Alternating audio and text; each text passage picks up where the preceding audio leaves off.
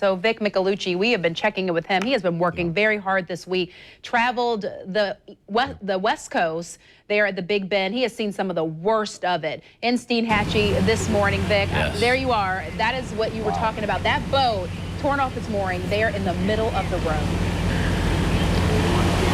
This is one of probably about a dozen boats that we have seen in the road, in people's yards, all over the place. And that's not a small boat, Kent and Melanie. That is a 30-foot boat. Now walk with me, okay? This is a 30-foot boat with a cabin that the storm surge of 8 to 9 feet brought onto this main road here in Steinhatchee. There is a center console boat, probably about 28 feet. And look at this one.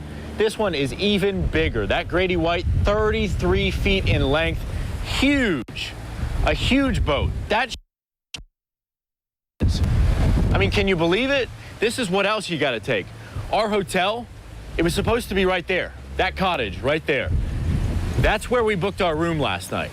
We were doing live shots here up until 10:30. And that's when a deputy with the Taylor County Sheriff's Office came up and said, you guys got to go. This is not safe. I don't trust it here. You guys got to go to a safer area, to higher ground. That is when we evacuated. We took refuge to the only school here, Steinhatchee School. It's higher ground. It's better built. It has a generator. That's the only place that didn't lose power. Again, mud. And let me show you something here. That's a fish. Look at the size of it. That is a fish that somehow came up with the storm surge. All of this was underwater, big waves, lots of damage.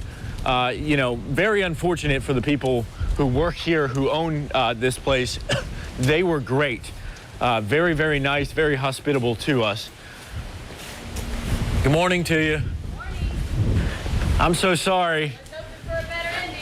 Yeah, that's one of the owners there, and she's awesome. Wonderful, wonderful person. She said she was hoping for a better ending. They have a store here. They have a marina here. Look inside. The water, how deep was the water at the highest? About hip deep.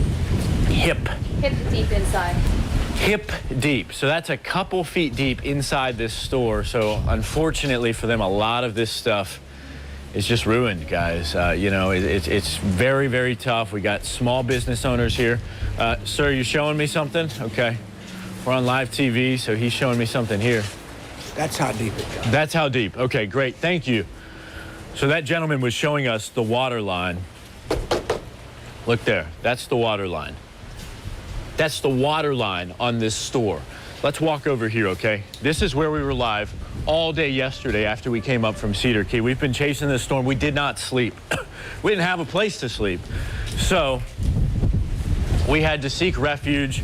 We had to curl up with the you know, in the same shelter as the people that were getting rescued out here. Look at that dock.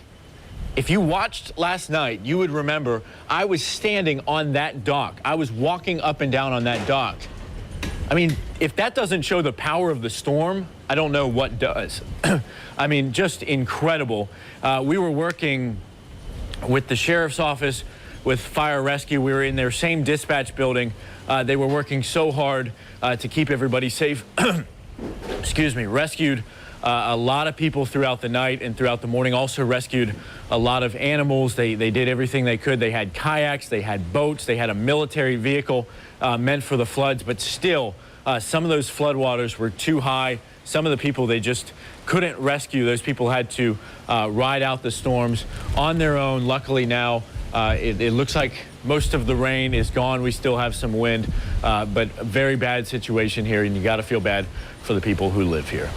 Live in Steinhatchee, Vic Micolucci, Channel 4, the local station. Vic, let me ask you a quick question, because I know people were asked to evacuate that area. Those owners, they stayed, they waited through this. Where were they when this was coming through so that they stayed safe? You know? All right, I must have lost IFB. I think we lost him, but you know, Which happens. Yeah, that does happen, obviously. But you know, during times like this, they were asking people to leave, and as he mentioned, they were having to rescue people. They did have a shelter with a couple dozen people, but I think he can hear us now. Vic, do you know where that owner of the business was during the height of the storm? She lives somewhere up here in Steinhatchee, and they said that their house was up on stilts. I think their place is okay. They even took in some of their employees. They are just great people here in Steinhatchee. Some of their employees lived in places that weren't safe. One guy said he lives in a trailer on a big piece of property near the beach.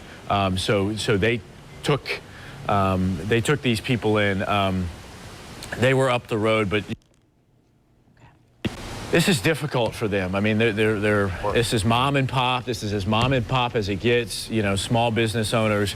You know, just nice as can be. They got kids, and they got a lot of people that work for them. This is a big fishing and scalloping place. Sea Hag Marina, really well known in the state of Florida, a destination. And my guess is they're going to rebuild. They're going to be just fine.